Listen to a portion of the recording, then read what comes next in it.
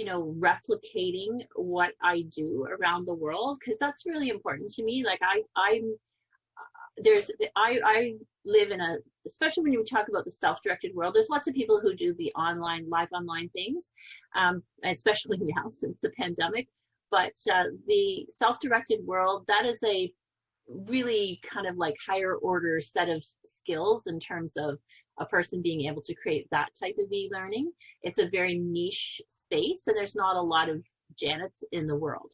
I'm not the only one by any means, but it's not a very big, industry in terms of people who are able to do that. And yet, going forward, it is something that if a person develops those skills, they will have, years and years and years of employability, because partly the pandemic has accelerated the transition to the digital economy. And so there'll be more and more and more demand. It is also the kind of work that someone can do from anywhere. And you talked about having internet in Kenya now. So someone sitting at home could develop the skills and become an e-learning expert and have a really good life and a really good, income, and be able to employ additional persons. So I think from an economics perspective, it makes a lot of sense to invest in helping to develop those skills around the world so that people can participate in a really sophisticated piece of that digital economy. So I would love to look at how we can help to.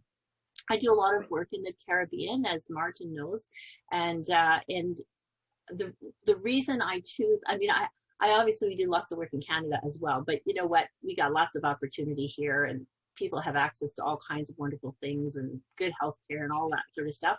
So my interest is really in helping other parts of the world who don't have access to all of those great things that I have access to help lift their communities. And for that reason, or that's one of the reasons that I love e-learning, because it makes education and knowledge more accessible to more persons, regardless of their geographic location and regardless of their socioeconomic status. As long as they have access to the internet, they can lift themselves and lift their families and lift their communities and their nations. So that's why I'm in